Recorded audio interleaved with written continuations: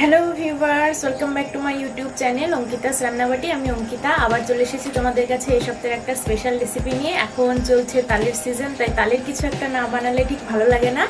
তো তালের অনেক ধরনের রেসিপি আমরা অনেক সময় খেয়ে থেকেছি, তালের বড়া, তালের লুচি, তালের ক্ষীর, তালের পাটিসাপটা, অনেক কিছুই। তো আজকে আমাদের স্পেশাল একটা রেসিপি বানাবো তোমাদেরকে তালের, কিন্তু সেটা আগে বলবো না। তোমরা স্কিপ না করে পুরো ভিডিওটা আমার সাথে দেখো আমি কিভাবে কি দিয়ে তাল দিয়ে কি বানাই। অবশ্যই সেটা তালের রেসিপি হবে, বুঝতেই পারছো, তাল থাকবেই তার মধ্যে। আর কি দিয়ে আমি রেসিপিটা কিভাবে বানাচ্ছি সেটা তোমরা আমার সাথে দেখো। আর তার আগে বলে দিই, যারা এখনো পর্যন্ত আমার চ্যানেলটা সাবস্ক্রাইব করোনি তারা অবশ্যই প্লিজ প্লিজ প্লিজ সাবস্ক্রাইব করে দিও আমার চ্যানেল অঙ্কিতাস রান্নাবাটি। আর বেল আইকনটা প্রেস করে দিও, যাতে আমি নতুন নতুন কোনো রেসিপি নিয়ে আসলে তোমাদের কাছে সবার আগে নোটিফিকেশন পৌঁছে যায় আর তোমরা দেখে নিতে পারো। তাই স্কিপ না করে চলো আমরা পুরো ভিডিওটা দেখো আমার সাথে, আর দেখো আমি কিভাবে বানাচ্ছি। প্রথমে কি কি ইনগ্রেডিয়েন্টস লাগবে সেটা আজকে আমি তোমাদেরকে দেখিয়ে দিচ্ছি। নেক্সট তারপর স্টেপ বাই স্টেপ আমি পুরো ভিডিওটা করব। তো লেটস স্টার্ট। আমি এখানে নিয়ে নিচ্ছি 1 কাপ পরিমাণ গুঁড়ো চিনি, এখানে নিয়ে নিচ্ছি 1/4 কাপ গুঁড়ো দুধ, নিয়ে নিচ্ছি প্রয়োজন অনুযায়ী র মিল্ক, নিয়ে নিচ্ছি 30 ml সাদা তেল বা কুকিং অয়েল, এখানে নিয়ে নিচ্ছি 1 teaspoon baking powder, 1 teaspoon baking soda and 1 cup নিয়ে নিচ্ছি আমি ময়দা। এবার আমি একটা পরিষ্কার বাউল এখানে নিয়ে নিয়েছি, যেখানে আমি ইনগ্রিডিয়েন্টসগুলোকে এখন মিশিয়ে নেব।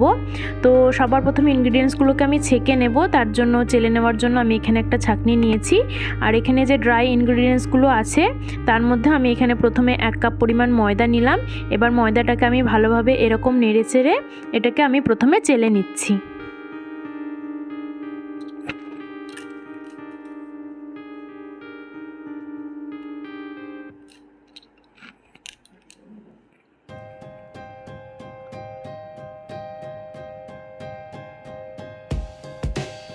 পুরো ময়দাটা আমার ভালোভাবে চেলে নেওয়া হয়ে গেল। এবার আমি যে 1 কাপ পরিমাণ গুঁড়ো চিনি বা সুগার পাউডার রেখেছিলাম, এবার সেটাকে আমি এর মধ্যে নিয়ে চেলে নিচ্ছি। আমি প্রথমে এটাকে একটু হাত দিয়ে ভেঙে নিচ্ছি, যেহেতু সুগার পাউডার আমার রেডি করাই থাকে বিভিন্ন রান্নার কাজে ব্যবহার করার জন্য, তাই এটা একটু বসার জন্য একটুখানি শক্ত হয়ে গেছে। আমি হাত দিয়ে একটুখানি ভেঙে নিলাম। এবার এটাকে আমি ভালোভাবে চেলে নেব। আমি হাত দিয়ে এরকমভাবে একটু দাবিয়ে নিচ্ছি, আর যেটুকু গুঁড়ো থাকবে সেটা চেলে নেওয়ার সময় ছাঁকনিতে থেকেই যাবে।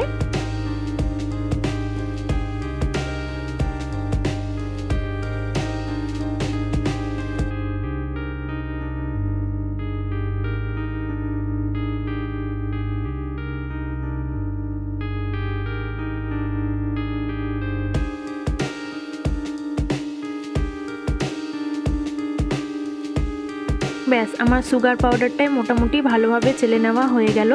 এবার এর মধ্যে আমি অ্যাড করে দেব যে ড্রাই ইনগ্রিডিয়েন্টস পড়ে থাকলো গুঁড়ো দুধ, সেটাও আমি এর মধ্যে এবার অ্যাড করে নেব। 1/4 কাপ গুঁড়ো দুধ আমি এখানে নিয়ে নিয়েছি, সেটা আমি এখানে অ্যাড করে নিলাম। এখানে নিয়েছি 1 টিস্পুন বেকিং সোডা, নিয়ে নিয়েছি 1 টিস্পুন বেকিং পাউডার। এবার ভালোভাবে আমি ছাঁকনির মধ্যে এটাকে মিশিয়ে নিয়ে এটাকে ভালোভাবে চেলে নেব।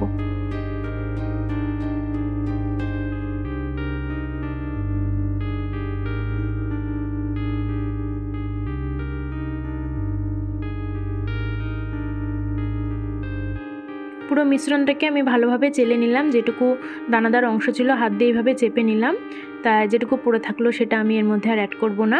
এবার চলে আসছি লিকুইড ইনগ্রিডিয়েন্টসগুলো অ্যাড করার জন্য। আমি এখানে লিকুইড ইনগ্রিডিয়েন্টসের মধ্যে নিয়ে নিয়েছি 30 ml তেল।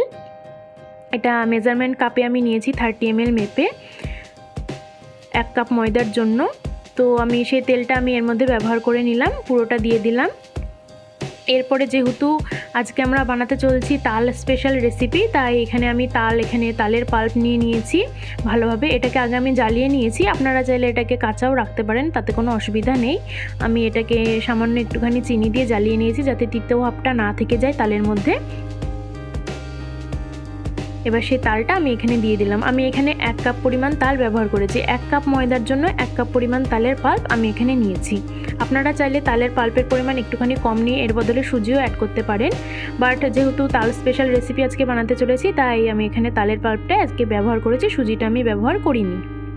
এবার ভালোভাবে আমি লিকুইড ইনগ্রিডিয়েন্টসগুলো দেওয়ার পর এটাকে ভালোভাবে মিশিয়ে নেব, যাতে কোনোভাবে কোনো দানাদার অংশ এর মধ্যে না থেকে যায়। আপনারা চাইলে ইলেকট্রিক ব্লেন্ডারও ব্যবহার করতে পারেন, আমি এখানে ম্যানুয়াল ব্লেন্ডার ব্যবহার করছি। এভাবে এটাকে ঘুরিয়ে ঘুরিয়ে আমি 4 থেকে 5 মিনিট ননস্টপ এটাকে আমি মিশিয়ে নেব।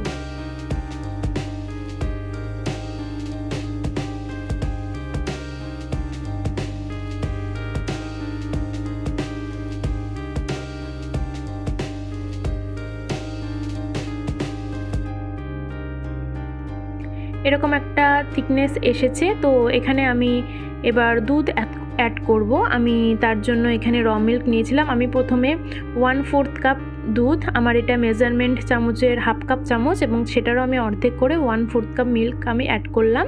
এবার আমি একটুখানি দেখে নেব যে আর মিল্ক লাগবে নাকি, দেন আমি অ্যাড করব, না হলে আর প্রয়োজন নেই। তো আমি এটাকে ভালো করে আবার মিক্সড করে নিচ্ছি। এটা আরেকটু থিকনেস কমবে, তাই আমি আরেকটুখানি মিল্ক এর মধ্যে অ্যাড করব। তার আগে এটাকে ভালোভাবে একটুখানি ফেটিয়ে নিই। আর একটু সামান্য পাতলা করলেই এটা চলবে। ঠিক এরকম থিকনেস এসছে এখন, তাই আমি এখানে আরেকটু 1/4 কাপ মিল্ক আমি এর মধ্যে অ্যাড করে নিচ্ছি। ব্যাস, আর প্রয়োজন নেই। এবার এটাকে আমি ভালোভাবে মিশিয়ে নেব। খুব ভালোভাবে 6 থেকে 7 মিনিট আমি এভাবে এটাকে মিশিয়ে নেব। খুব ভালোভাবে মেশানো হয়ে গেলে এটাকে আমি এবার সাইডে রেখে আমি পরবর্তী স্টেপে চলে যাচ্ছি। ঠিক এরকম কনসিস্টেন্সি এসেছে, আপনারা দেখুন ঠিক থিকনেসটা এইরকমই রাখবেন। দেন আমি এবার একটা এখানে স্টিলের বাউল নিচ্ছি। আপনারা চাইলে এখানে মাইক্রোওভেনের বাটিও নিতে পারেন বা যে কোনো অ্যালুমিনিয়ামের বাটিও নিতে পারেন। আমি এখানে স্টিলের একটা বাটি নিচ্ছি, যে শেপে আমি বানাবো আমি সেই শেপের জন্য একটা বাটি নিয়েছি এখানে। এবার এর মধ্যে আমি একটুখানি বাটার দিয়ে নিচ্ছি। বাটিটার চারধারে আমি এখানে বাটারটা ভালোভাবে লাগিয়ে নেব, যাতে যখন আমি বার করব তালের কেকটা তখন যাতে সেটা ভালোভাবে বেরিয়ে আসে। তাই আমি এটা চারিপাশটা ভালোভাবে বার করে নিচ্ছি, তেল দিয়ে নিচ্ছি।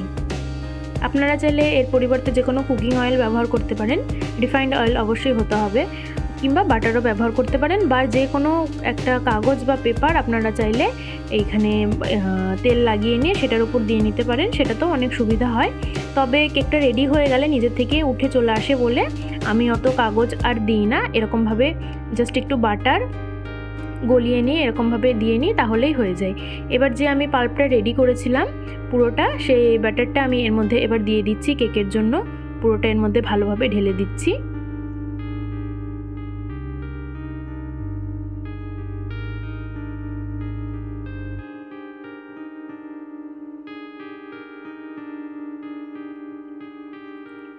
সবসময় মনে রাখবেন যত পরিমাণ ব্যাটার রেডি হবে তা যেন পাত্রটার 1/4 বা 1/3 থাকে, কারণ এটা ফুলে উঠে পুরোটাই কভার হয়ে যায়।